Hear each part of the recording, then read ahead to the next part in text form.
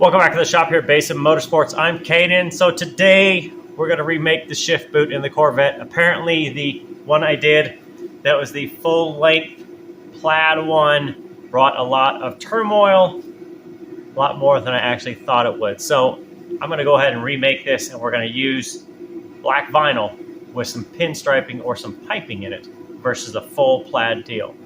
So I went back into my storage there and grabbed out my pieces that I need. So I'm going to remake the wire for the shift boot on the base here. I'll leave this one since it's sewn into the plaid one. We'll leave it alone. But just go ahead and make a new one. So I made myself a template before when I did the previous one. We'll wrap the piece here. Now this is the plastic piece that comes off the shifter. I'm going to go ahead and wrap this in black vinyl with it. So this is the blue that came off previously, and then there are the two halves of the shift boot. This is the patterns that I made the plaid one off of. Now with the new patterns laid out, I have everything traced. I need to add in my sewing allowances along the edges for the combination of putting the halves together, and then I'm going to add some half-inch basically sewing allowances on each edge I need so that I can do the piping and French seam or the top stitching, and then I can do the handle down here on the end. So let me add those, get that cut out, and then I'll show you kind of how everything's going to fit together. All right, those are going to be our three major pieces to this project cut out. So this is going to be your handle piece. I'm going to flip the edge over and sew it. So I've cut it down just a little bit. That'll be flipped over to the dots and sewn, and I'm going to do this in blue to match everything else.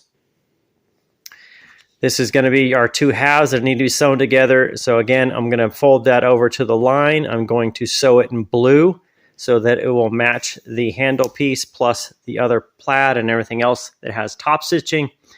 I'll then add the piping in, which is going to go in between these two pieces here. When I sew it together, I'll then do the top stitching, and then I'm going to flip it over and go ahead and then sew the other side. All the top stitching is going to be in our blue that matches everything else. Anything that is under the backside or the hidden or whatever else is going to be just in black. Makes it easy. The blue is a lot more expensive than the black, so the blue is just for the top fancy stuff. Everything else is going to be in the back. So I'm getting ready to start sewing and putting everything together, or I do have some of the pieces together. Now the handle itself, this is the flat piece. I went ahead and did the vanity stitching, the top stitching on the front of it. You can kind of see there the blue. Did that on the top. Then I, of course, sewed this seam. Now the handle itself, the rubber piece, you take out this screw and pop this off. It does have a channel on the side. So if you're going to sew it with a seam, that seam, once you cut off a little bit of the material, you don't want more than about 1/4 inch, it'll fit down in that channel and it will fit nicely on the end. So you can kind of see down in there, if I can get a good image, you can see that the channel is open a little bit, at least on the end, and you can get that seam to sit down in there so that it's a flush fit. And it's just a simple black. Fits nicely around it. You can sew this pretty darn tight. This material will stretch with some heat. I've got it to where it's just good enough. It slips on. I don't need a lot of heat to put it on, but if I sewed this seam a little tighter, maybe added another inch on that, it would make it fit more conforming to it. But I think it looks good. It's pretty consistent otherwise. Now on the boot itself, I'm doing something a little different. Obviously my plaid one here was a very long that covered the handle, so the extra is now that. And then here is my piece. So I'm doing something a little different on this. If you guys saw the video I made about making welts or piping or edging or whatever term you like, I'm adding a little bit here. So this is a black boot. This is the black vinyl that matches everything else, matches the seats. And I'm just adding in this piping on the edge. So I'm just sewing it in the seam together. And I found a little bit, if you notice I have double lines here, I just wanted it a little bit tighter. So what this does is it matches down here. Now this is hidden in the console.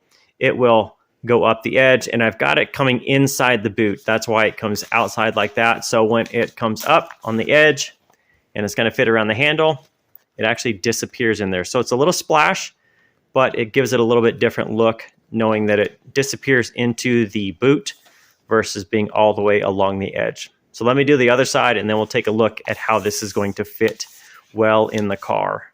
All right, there's your two pieces sewn together. So this obviously is going to fit into that. So I'm going to go ahead and test this in the car before I make the trim ring or the metal ring on the bottom and then sew it in. But you can just see it's a little splash of the color that matches the seats and everything else. Here's what our tested product is going to look like. Handle fits well. I feel like it's on there good. The boot itself goes over the handle, which is always a benefit. That way I don't have to heat and stretch too much. And then it's just got a little bit of a hint of the plaid. Now I just need to take that back off. I'll keep the handle piece in there because I don't need to take it off and on. It's complete. Take the boot off. I need to make a new metal trim piece, or the trim ring, I guess you would say, that goes in the bottom. I'm just going to make one versus taking it back out of the plaid.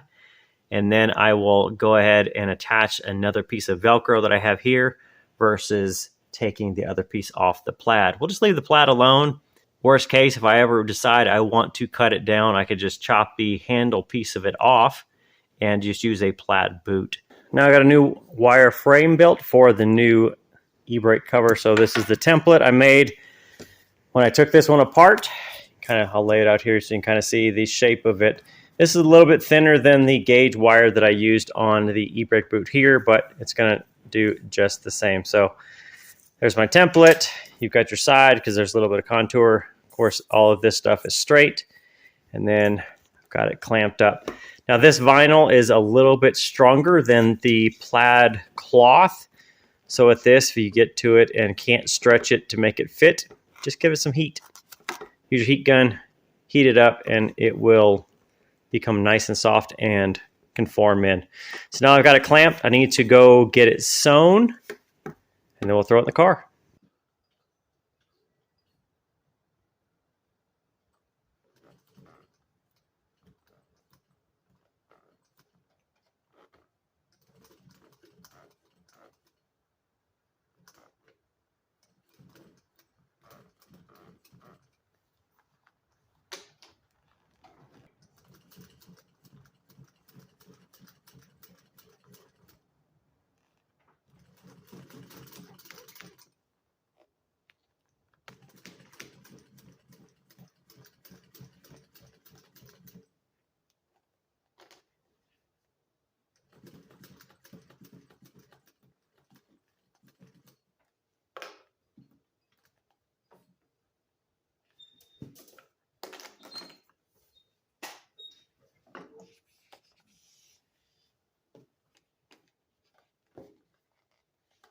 All right, there's going to be our sewn boot together. That will be what is shown.